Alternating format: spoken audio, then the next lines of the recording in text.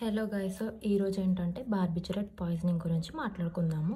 So first barbiturate poisoning. First barbiturates అంటే ఏంటంటే, so these are CNS depressants. వీటిని CNS depressants అనేసి అంటాము. అంటే మన బ్రెయిన్ ఫంక్షన్స్ అన్నిటిని చాలా డిక్రీజ్ చేస్తుంది. అంటే యాక్టివిటీస్ని, ఆలోచించే శక్తి ఇవన్నింటిని డిక్రీజ్ చేస్తుంది.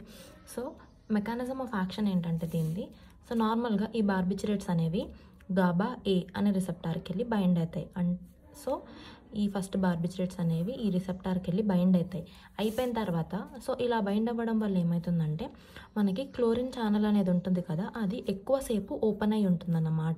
సో ఈ క్లోరిన్ ఛానల్స్ అనేది ఎక్కువసేపు ఓపెన్ అయి ఉంటుంది. సో దానివల్ల ఏమవుతుందంటే, గాబా మీడియేటెడ్ క్లోరిన్ కరెంట్ అనేది ఇంక్రీజ్ అవుతుంది. అంటే క్లోరిన్ బయటికి రావడం లేదంటే లోపలికి వెళ్ళడం అనేది ఇంక్రీజ్ అవుతూ ఉంటుంది. సో దానివల్ల మనకి మెంబ్రెయిన్ హైపర్ పోలరైజేషన్ అనేది అవుతుంది. ఓకే, సో ఈ హైపర్ పోలరైజేషన్ వల్లనే మనకి సిఎన్ఎస్ డిప్రెషన్ అనేది వస్తుంది. ఓకే, సో ఫస్ట్ ఇది గాబా ఏ రిసెప్టార్కి బైండ్ అవ్వడం వల్ల క్లోరిన్ ఛానల్ అనేది ఎక్కువసేపు ఓపెన్ అయి ఉంచుతారు.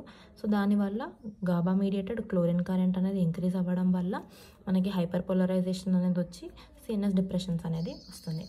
ఓకే, నా ఇప్పుడు ఫీచర్స్ అంటే అసలు మనం ఏమేమి చూస్తామంటే, సిఎన్ఎస్లో ఏం చూస్తామంటే డిప్రెస్ అంటే ఆబ్వియస్లీ నేను చెప్పాను సిఎన్ఎస్ డిప్రెసెంట్స్ కాబట్టి అది అన్నిటిని ఫంక్షన్స్ అన్నిటిని చాలా డిక్రీజ్ చేస్తుంది. సో మనకి డ్రౌజీనెస్, కన్ఫ్యూజన్, హాల్యూసినేషన్స్ వస్తాయి. ఇంకా సివిఎస్లో హైపోటెన్షన్ అనేది వస్తుంది. ఆర్ఎస్లో రెస్పిరేటరీ డిప్రెషన్, రీనల్లో రీనల్ షట్ డౌన్. ఇంకా వేరేవి ఇంకేం వస్తాయంటే, ఫస్ట్ మెగాలోబ్లాస్టిక్ అనీమియా, ఇది ఒక టైప్ ఆఫ్ అనీమియా, కోమా, ఇంకా మన స్కిన్ మీద బుల్లస్ ఎరప్షన్స్ అనేవి వస్తాయన్నమాట, convergence and death finally. Okay, ఇవి క్లినికల్ ఫీచర్స్. ఓకే, నా ఇప్పుడు ట్రీట్మెంట్ కనుక వస్తే మనము first management of poisoning. First ఏం చేస్తామంటే, ఫస్ట్ వాళ్ళ ఎయిర్వే బ్రీతింగ్ సర్క్యులేషన్ ప్రాపర్ ఉందా లేదా అనేది చూసుకోవాలి. అంటే ఎయిర్వేలో ఏమైనా అబ్స్ట్రక్షన్ ఉందా, బ్రీతింగ్ చేస్తున్నారా, సర్క్యులేషన్ నార్మలే ఉందా, ఏదైనా హైపోవాల్మియా ఉందా, షాక్ ఉందా లేదా అనేది చూసుకోవాలి. ఒకవేళ నార్మల్ అంటే నార్మల్, లేదు అని అంటే ఫస్ట్ వీటిని కరెక్ట్ చేయాలి. తర్వాత electrolyte balance. Obviously chlorine channel అనేది ఎక్కువసేపు అలా ఓపెన్ అయి ఉండడం వల్ల మనకి ఎలక్ట్రోలైట్ ఇంబ్యాలెన్స్ అనేది జరుగుతుంది. సో ఫస్ట్ మనం ఈ ఎలక్ట్రోలైట్ ఇంబ్యాలెన్స్ని ప్రాపర్గా కరెక్ట్ చేయాలి. ఓకే, నా ఒకవేళ అన్కాన్షియస్ పేషెంట్ ఉన్నాడు అనుకోండి, పాయిజనింగ్ ఎక్కువైపోయింది, ఇంకా పేషెంట్ అన్కాన్షియస్ అయిపోయాడు, అప్పుడు మనం ఆయనకి బ్రీతింగ్ తీసుకోమనలేం కదా. సో అప్పుడు మనము ఈటీ అంటే ఎండోట్రేకియల్ ఇంట్యూబేషన్. ఓకే, ఎండోట్రేకియల్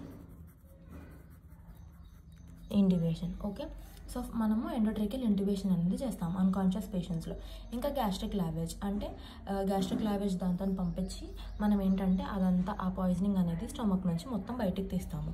దాని తర్వాత ఆల్కలైన్ డయూరసిస్ చేస్తాం. ఆల్కలైన్ డైన్స్ ఎలా చేస్తాము అంటే, ఫస్ట్ మనం ఆ పేషెంట్స్కి IV NaHCO3 ఇస్తాము.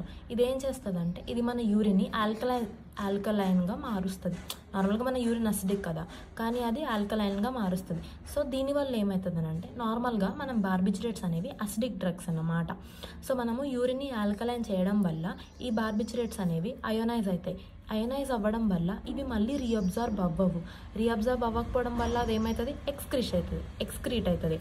సో ఆబ్వియస్లీ యూరిన్ నుంచి ఇవి ఎక్స్క్రీషన్ అయిపోయి పాయిజనింగ్ అనేది డిక్రీజ్ అవుతుంది.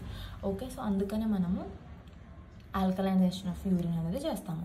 సో అల్టిమేట్ ఇంకా నీకు ఆల్కలైజేషన్ వల్ల కూడా తగ్గలేదు పాయిజనింగ్, ఇంకా పేషెంట్ అలానే ఉన్నాడు అంటే అప్పుడు హీమోడయాలసిస్ ఆర్ హీమోపర్ఫ్యూజన్ అనేది చేస్తాము. ఇంకా ఇది సివియర్ కేసెస్లో చేస్తాము అంతే. So I hope you guys understood this video. ఒకవేళ మీకు ఇలానే తెలుగులోనే కావాలి అంటే కామెంట్ చేయండి. Okay, thank you for watching. Please subscribe.